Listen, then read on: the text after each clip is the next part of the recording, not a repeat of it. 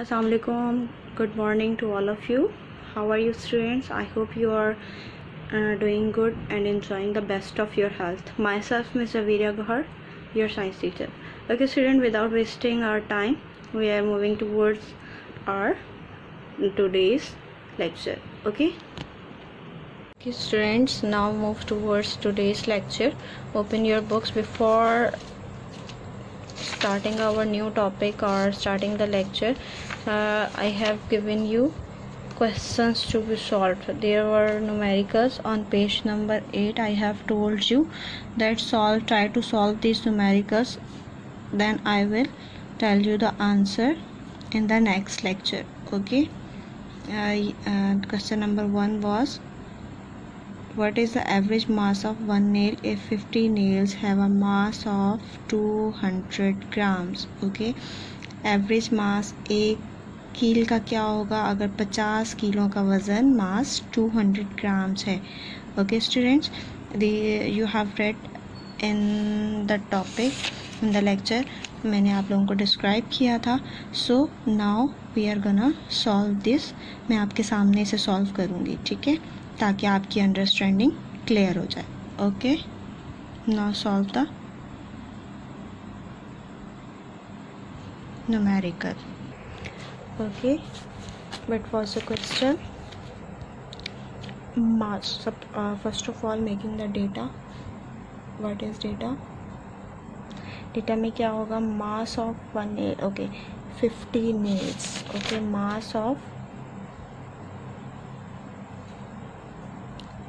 50 nails equals to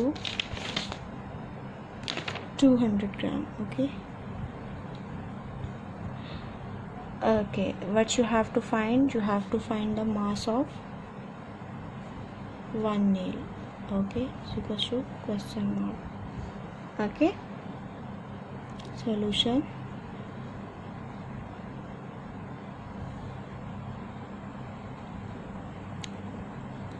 Mass of 50 nails equal to 200 grams. Mass of one nail equals to 200 divided by 50. Okay, 200 divided by 50. Answer will be, okay, just answer will be 0 से 0 cut हो जाएगा. 5 4s are 20. Okay, answer is 4 gram. Mass of one nail is equals to 4 gram. This is your answer. Okay, समझ में आया? आपने data बनाना है. सबसे पहले mass of 50 nail is equal to 200 gram. Look at the book, open page number 58. Okay, what is the average mass of one nail? Okay, here you have to write down the average mass, AVERAGE, average mass of one nail. Okay, what you have to find? Average mass of one nail if 50 nails have mass of 200 gram. Okay, what was the data? Mass of 50 nails 200 grams, which we have taken from here. 50 nails mass 200 gram. What you have to find? You have to find the average mass of one nail. Okay, solution. Mass of 50 nails 200 gram. Mass of one nail 50 यहाँ जाके divide हो जाएगा. 0 से हम, या चाहे तो आप कैलकुलेटर से कैलकुलेट कर लें जस्ट, बट मैं आपको सिंपल सा प्रोसीजर बता रही हूँ. 0 से 0 कट हो गया. 5 4s are 25 का टेबल 20 तक पढ़ लें. 4s. Okay, average mass of one nail is 20 gram. Okay, question number 2 is a cork floats in water. एक कॉर्क जो है वो फ्लोट करता है, तैरता है पानी पर. Suggest how you could find the volume of an irregular piece of cork. एक इरेगुलर पीस ऑफ कॉर्क का हम मास कैसे फाइंड आउट कर सकते हैं जबकि वो पानी पर तैरता है?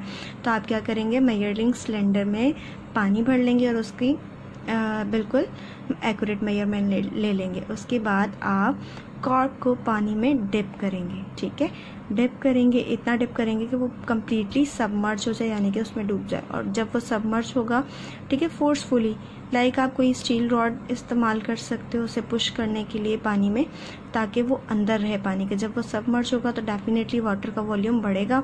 तो वाटर का वॉल्यूम जब बढ़ेगा तो आप लोगों को इंक्रीज वॉल्यूम पता चल जाएगा. ठीक है, तो फिर आप कैलकुलेशन करके जो पहले वाला होगा जो पानी का वॉल्यूम होगा विदाउट कॉर्क उसको लेंगे और आप उसको मेजर करेंगे। उसके बाद विद कॉर्क जो मेजरमेंट बनेगी वाटर की वॉल्यूम बनेगा, ठीक है। तो जो आफ्टर वाली मेजरमेंट है विद कॉर्क, उसमें से विदाउट कॉर्क वाली जो वाटर है उसको माइनस कर देंगे तो आपके पास वॉल्यूम आ जाएगा। लाइक यहाँ पर एग्जांपल दी गई है, आपने यूँ एक सिलेंडर में पानी फिल करना है, ठीक है, और कॉर्क को इसमें डिप कर देना है। तो आपकी जो ये रीडिंग आ जाएगी, फॉर एग्जाम्पल आपकी ये रीडिंग आ गई 70, ओके, और ये आई थी आपकी 40, ठीक है। तो 70 में से 40 माइनस कर देंगे तो आपके पास क्या आ गया 30 सेंटीमीटर क्यूब की आपकी क्या आ जाएगी कॉर्क का वॉल्यूम आ जाएगा। Got it? Okay, now come to the question number 3।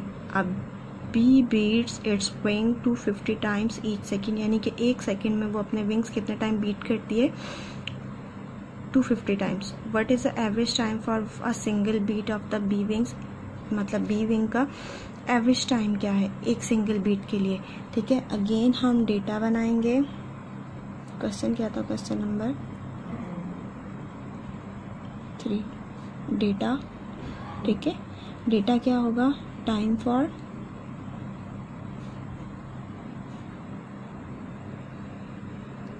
To 250 beats, ठीक है, इज इक्वल्स टू 1 सेकेंड। कितना लिया उसने? 1 सेकेंड। हमें क्या करना है?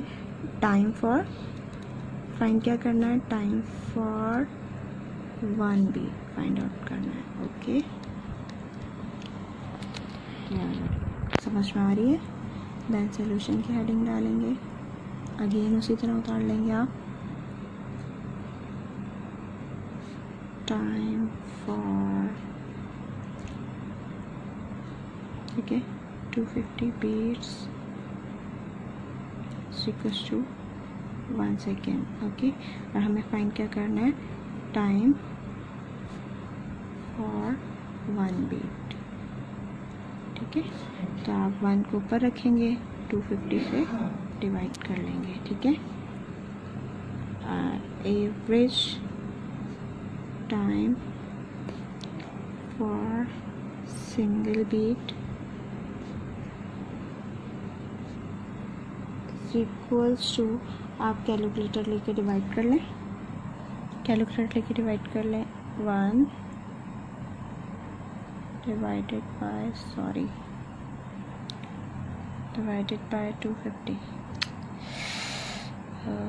1 डिवाइडेड बाय 250, ओके। आंसर क्या आ गया?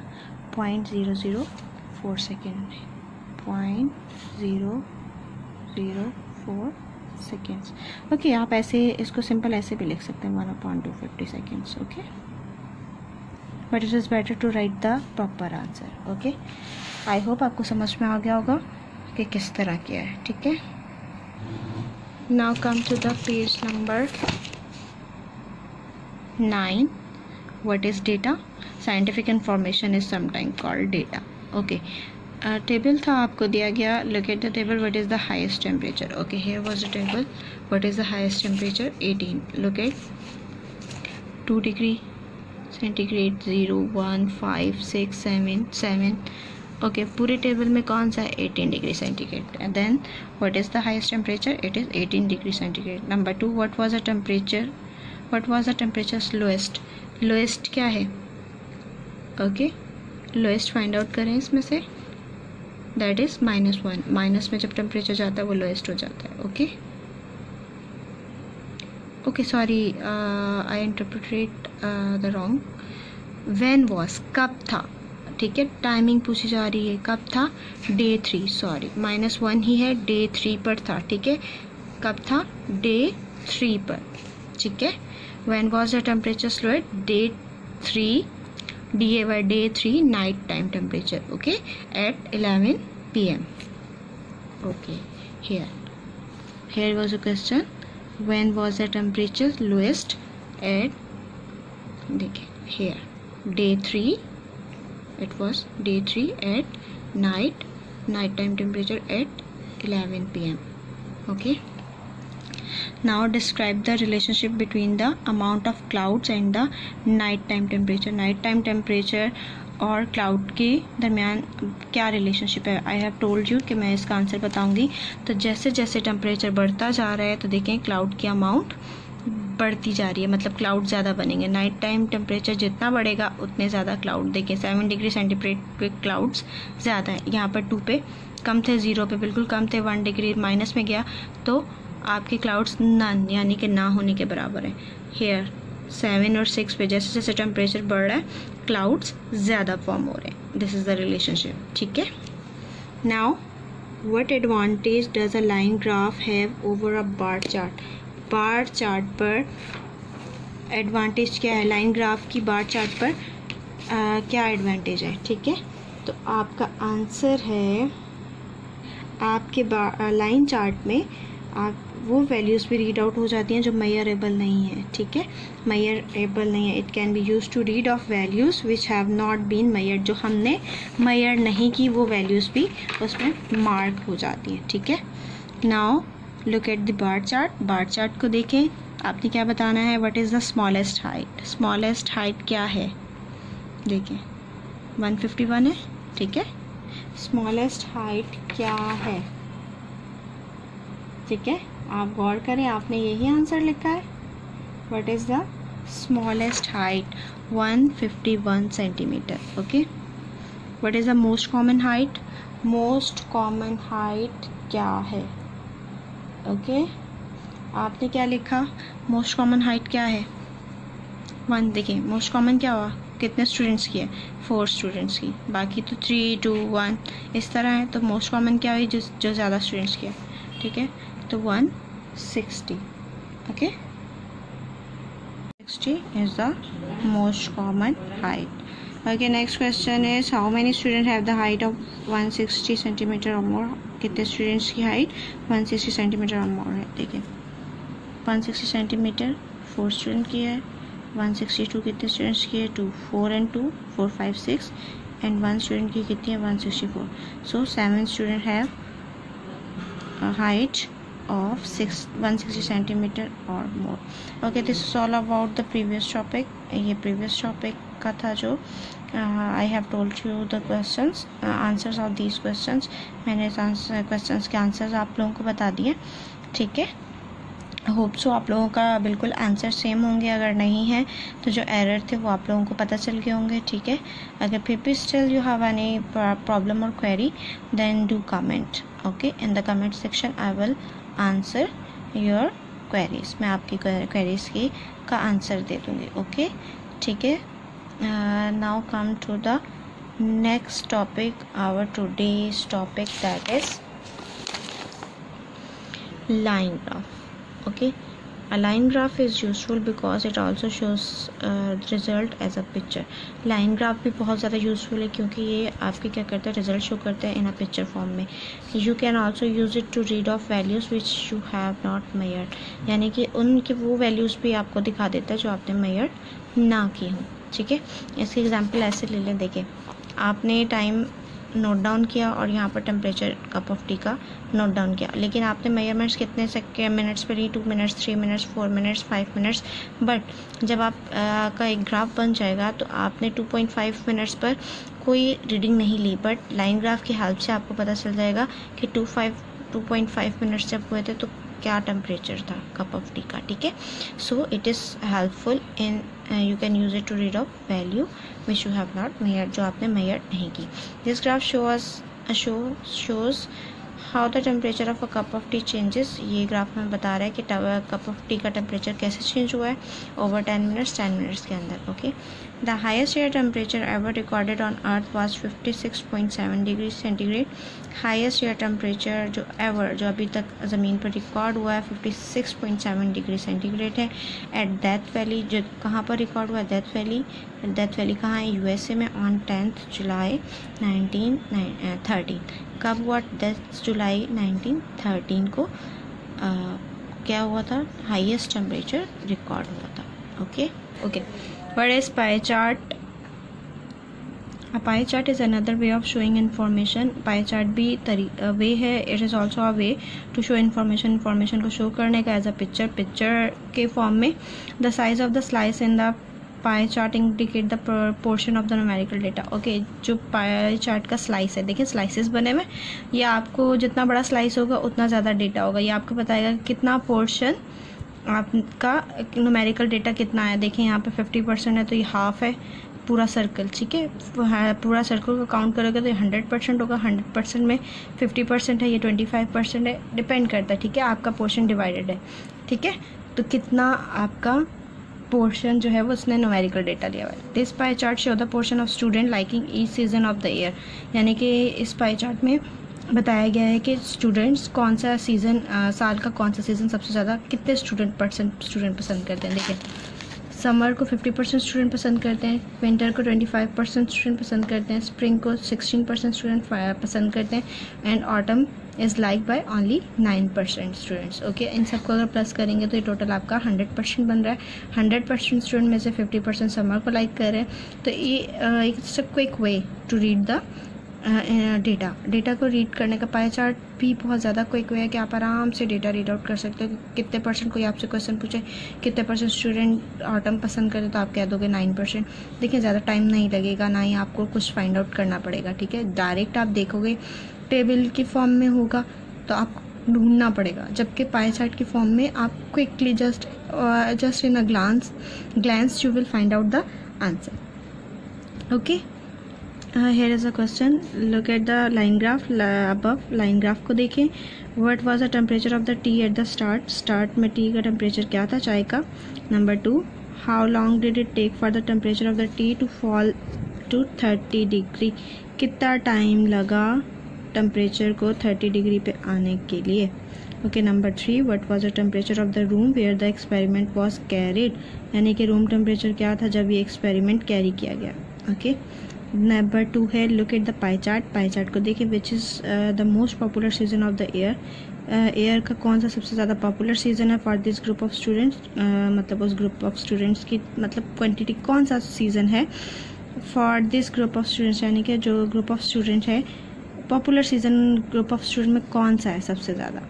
Okay, what portion of the student choose spring. कितने पोर्शन के स्टूडेंट्स ने स्प्रिंग को चूज़ किया एज देयर फेवरेट सीजन. कितने परसेंट स्टूडेंट ने स्प्रिंग को as a favourite season choose किया. Okay, number C, this data came from 40 student. ये डेटा 40 स्टूडेंट्स का. How many student choose winter as their favourite season. कितने percent students ने winter को favourite season के तौर पर सिलेक्ट किया. These are the questions. You have also, आपको वही करना है. You have to find the answer by yourself. Okay, you have also find the answer by yourself like the previous work you have done. मैंने आपसे tally किया जो आपने पहले किया था, ठीक है. मैंने आपसे टैली किया तो आपने क्रॉस मैच कर लिया. इसी तरह आप ये वाला भी करेंगे और मैं क्रॉस मैच करवा दूंगी, ठीक है. Come to the heading doing a scientific investigation. Scientific investigation करना. A science investigation has 3 main parts. Scientific investigation के 3 main parts होते हैं. Suppose you wanted to find out if sugar dissolve more quickly in hot water than in cold water. Suppose करें, imagine करें कि आप suppose कर लें, ठीक है. You wanted to find out, आप ये चाहते हैं कि आप फाइंड आउट करना चाहते हैं if sugar dissolve more quickly in hot water than in cold water, यानी कि जो चीनी है वो ठंडे पानी में जल्दी डिज़ोल्व होती है या पे गर्म पानी में. The 3 part of the investigation are as follow. 3 parts क्या होंगे इन्वेस्टिगेशन के, ये होंगे. प्रिपरेशन, सबसे पहले आप प्रिपरेशन करेंगे किस चीज़ की. This involve writing down what expect to happen. आप क्या करेंगे, एक्सपेक्ट मतलब आप क्या सोचते हैं उसके बारे में, आप क्या एक्सपेक्ट करते हैं कि शुगर जो है वो ठंडे पानी में ज़्यादा तेज़ी से डिज़ोल्व होगी या गर्म पानी में, ठीक है. ये आप एक्सपेक्टेशन लिखेंगे अपनी. This is called hypothesis. जो एक्सपेक्टेशन होती है वो क्या कहलाती है, हाइपोथेसिस. यानी कि आपने क्या अपना गैस रखा है कि आपके मुताबिक क्या होता है. सपोज़ आप कहते हो कि शुगर जो है वो ठंडे पानी में जल्दी से डिज़ोल्व होती है, ठीक है. सपोज है, सपोजिशन है. देखिए सपोजिशन राइट भी हो सकती है, रॉन्ग भी हो सकती है. बट एक्यूरेट रिजल्ट तक पहुंचने के लिए हमें स्टेप बाय स्टेप चलना पड़ता है, उस पर एक्सपेरिमेंटेशन करनी पड़ती है। The aim of your investigation is to test your hypothesis. आपकी इन्वेस्टिगेशन का मकसद क्या है? हाइपोथेसिस को टेस्ट करना। For example you could write, आप लिख सकते हो sugar dissolves more quickly in hot water then in cold water. आपने लिखा शुगर जो है डिजॉल्व होती है more quickly in hot water, गर्म पानी में जल्दी डिजॉल्व होती है as compare to cold water. ठीक है, देखिए हम वाइस वर्सा भी देख लेंगे, जैसे अगर आप कहते हैं कि नहीं हॉट वाटर में नहीं कोल्ड वाटर में डिजॉल्व जल्दी होती है, ठीक है, लेकिन यहाँ पर आपने क्या सपोज किया है, हॉट वाटर में जल्दी डिसॉल्व होती है as compare to cold water. Being aware of variables के बारे में जानते हुए, वेरिएबल्स क्या है? Variables are thing that changes. Variables वो चीज़ें जो तब्दील होती हैं, and can usually be measure, और उन्हें मेयर किया जा सकता है और ऑब्जर्व्ड और देखा जा सकता है। You should only change one variable at a time. आपको सिर्फ एक वेरिएबल को चेंज करना होता है एट अ टाइम, यानी कि एक टाइम में, एक वक्त में आपको एक वेरिएबल चेंज करना है एंड सी और देखना है हाउ इट अफेक्ट्स अदर, वो दूसरे को कैसे अफेक्ट करती है, अदर वेरिएबल्स यानी कि दूसरे वेरिएबल्स को कैसे अफेक्ट करती है। If you change more then one variable at the same time it will not be a fair test. अगर आप एक से ज़्यादा वेरिएबल एक ही वक्त में चेंज करते हैं तो वो एक गुड टेस्ट नहीं होगा। The variable in this investigation are, इस इन्वेस्टिगेशन में वेरिएबल्स क्या हैं? The amount of sugar, sugar की amount, the amount of water, water की amount, the temperature of the water, water का temperature, whether to stir the sugar in the water और not, यानी कि चीनी को, शुगर को स्टिर करना है, हिलाना है पानी में या नहीं। देखिए एक वक्त में या तो आप अमाउंट ऑफ शुगर इंक्रीज़ करेंगे, या तो वाटर की अमाउंट इंक्रीज़ करेंगे, या तो टेम्परेचर इंक्रीज़ करेंगे, या फिर शुगर को स्टिर करेंगे। एक वक्त में एक काम करेंगे। और देखिए अगर अमाउंट ऑफ शुगर इंक्रीज़ करते हैं तो बाकी पे इसका क्या इफेक्ट हुआ, या अमाउंट ऑफ वाटर इंक्रीज़ करते हैं तो बाकी पे क्या इफेक्ट हुआ। ठीक है, ये एक फेयर टेस्ट होगा। अगर आप करते हैं शुगर की अमाउंट भी बढ़ा दिया आपने, वाटर भी बढ़ा दिया, तो it will not be a fair test. ठीक है, फॉर अ फेयर टेस्ट के लिए use the same amount of sugar, same amount of sugar इस्तेमाल करें, use the same amount of water, same amount of water इस्तेमाल करें, and stir at the same speed each time, और हर time same speed पर stir करें। देखिए आपका यहाँ पर क्या होगा, टेम्परेचर चेंज होगा वेरिएबल में, क्योंकि आपने गर्म और ठंडे पानी में कहा है। आपने हाइपोथेसिस क्या ली थी, sugar dissolve more quickly in hot water, तो आपका टेम्परेचर चेंज हो रहा है। वाटर की देखिए वाटर की अमाउंट सेम रखनी है, जो आपने कोल्ड वाटर लेना है वो भी सेम अमाउंट का रखना है, जो आपने हॉट वाटर लेना है वो भी सेम अमाउंट रखना है। ठीक है, आपने अगर शुगर 1 स्पून ली है कोल्ड वाटर में, तो आपने हॉट वाटर में भी अमाउंट सेम रखनी है। और अगर आपने हिलाया है, स्टिर किया है, फास्ट स्टिर किया है या स्लो स्टिर किया है, ठीक है, तो उसी तरह स्टिर करना है जैसे आपने ठंडे पानी में शुगर को हिलाया था, और इसी तरह गर्म पानी में हिलाना। ठीक है, this is a fair test. Otherwise ऐसा ना हो कि आपने ठंडे पानी में 2 स्पून ऑफ शुगर इस्तेमाल किया और गर्म पानी में 1 स्पून ऑफ शुगर इस्तेमाल किए। ठीक है, the variables must be same in both experimentation. Okay, now turn the page, carrying out the investigation carry out करें। ठीक है, स्टार्ट करें। This involve using the equipment you have chosen, equipment जो आपने चूज़ किया, सेलेक्ट किए हैं, ठीक है, उसे इस्तेमाल करते हुए to measure things like distance, time, weight, area, volume and temperature accurately. To measure things, इन चीज़ों को मेयर करने के लिए, जैसे कि डिस्टेंस, टाइम, वेट और एरिया, वॉल्यूम क्या होगा, टेम्परेचर क्या होगा, उनको एक्यूरेटली मेयर कर सके, वो वाले इंस्ट्रूमेंट। ठीक है, equipment. In this investigation you will need to measure, इस एक्सपेरिमेंट में, इस इन्वेस्टिगेशन में आपने आपको किस चीज़ों को मेयर करना है, वॉल्यूम ऑफ शुगर, कितनी आपने शुगर ली, वॉल्यूम वाटर कितना लिया है, द वाटर टेम्परेचर, और वाटर का टेम्परेचर क्या है, time taker for the sugar to dissolve, और शुगर ने कितना टाइम लिया है डिज़ोल्व होने में। Choose the most appropriate way of recording your result, बहुत ज़्यादा अप्रोप्रिएट वे, मुनासिब तरीका ले रिकॉर्ड योर रिजल्ट, अपने रिजल्ट को रिकॉर्ड करने के लिए। Writing your result in a table is probably the best, table की फॉर्म में रिजल्ट लिखना बेस्ट है टू रिकॉर्ड दम इन दिस इन्वेस्टिगेशन। इस इन्वेस्टिगेशन में टेबल की फॉर्म में अपनी इंफॉर्मेशन लिखना बेस्ट है। देखिए टेम्परेचर था 20 डिग्री सेंटीग्रेड, टाइम उसने कितना लिया, शुगर ने डिज़ोल्व होने में 80 सेकेंड। इस तरह टेम्परेचर बढ़ा, आपके शुगर ने कितना टाइम लिया, ठीक है, आपका फिर टेम्परेचर बढ़ा, शुगर ने कितना टाइम लिया। ठीक है, ओके, रिव्यूइंग द रिपोर्ट, ये देखें आपके पास आ गई investigation.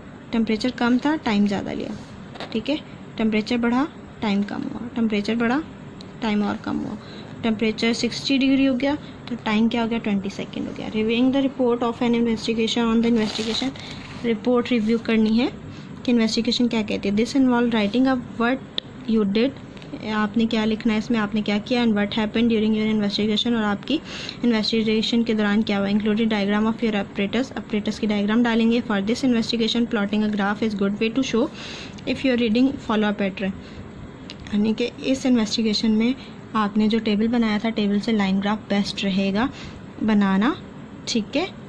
Plotting a graph is good way to show if your reading follow pattern, आपकी रीडिंग पैटर्न फॉलो कर रही है, ठीक है। Explain your results and saying whether your hypothesis was correct और नॉट, फिर आप अपना रिजल्ट जो आपका फाइंड आउट हुआ तो आप बताएं आपकी हाइपोथेसिस जो आपने गेस किया था वो ठीक है या गलत। In this case the hypothesis correct, इस केस में हाइपोथेसिस ठीक है। लेकिन अगर आप कहते हैं कि शुगर ठंडे पानी में कोल्ड वाटर में जल्दी डिज़ोल्व होती है तो आपकी हाइपोथेसिस रॉन्ग हो जाती, ठीक है।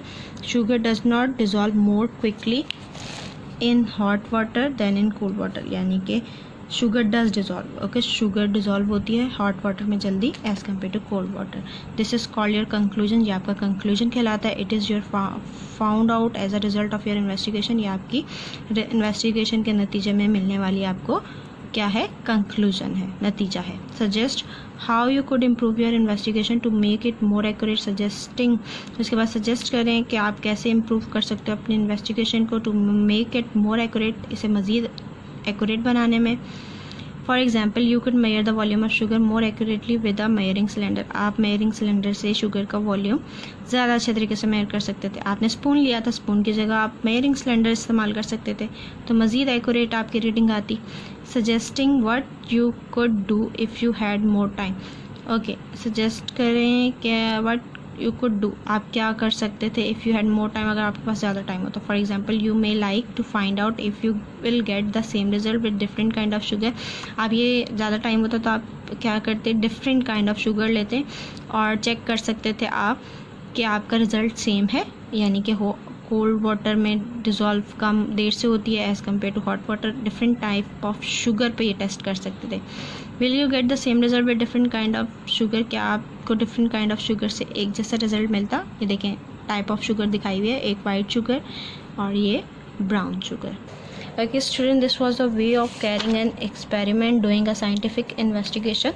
Here we have end our chapter, यहाँ हमारा chapter end हो जाता है, ठीक है। Now I am giving you some copy work, अब आप लोग थोड़ा सा copy work कर लें। So open your copies, और जो वर्क मैंने इसमें दिया है ये पेज नंबर 10 पर, ठीक है, ये आपको सॉल्व करना है बाय योरसेल्फ। फिर नेक्स्ट जब लेक्चर होगा तो मैं आपको पहले इसके आंसर्स बताऊंगी, देन हम नेक्स्ट मूव करेंगे। So this is all for today reading, okay. Now open your copies. Okay, this is a question, what is data, you have to write down this question in your copy with today's date, आज की date के साथ आपने ये वाला काम करना है। What is data, scientific information is sometime called data.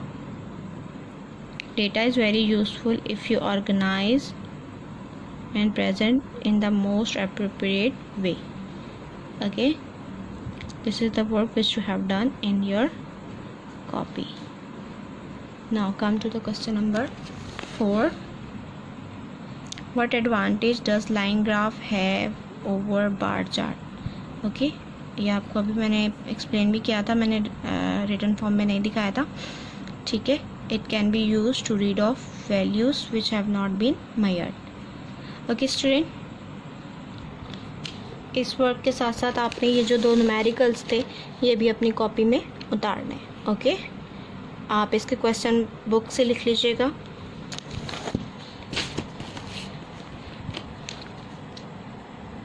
Book page number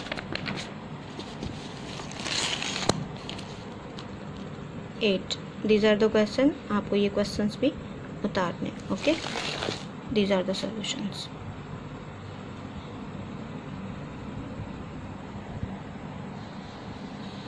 Stop your video for a while and note down these question answers, okay. Okay student, this is all for today. आपका यही work है, काम complete कर लीजिएगा।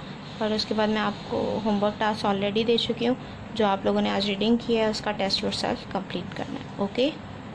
student, this is all about today's topic. I hope that you will complete all the tasks which I have given to you. आपको जो मैं task देती जा रही हूँ आप साथ साथ कंप्लीट करते जाएंगे, अपना कॉपी वर्क मेंटेन करेंगे ताकि at the end of the week जब आप मेरे पास कॉपीज आएँ तो it is well maintain. Okay, hope so you are not finding any problem. कोई भी आपको प्रॉब्लम फेस करनी नहीं पड़ रही होगी. If still you have any problem then you can comment. Okay, we will meet in the next lecture. Till then, Allah Hafiz. Take care yourself. Fi aman Allah.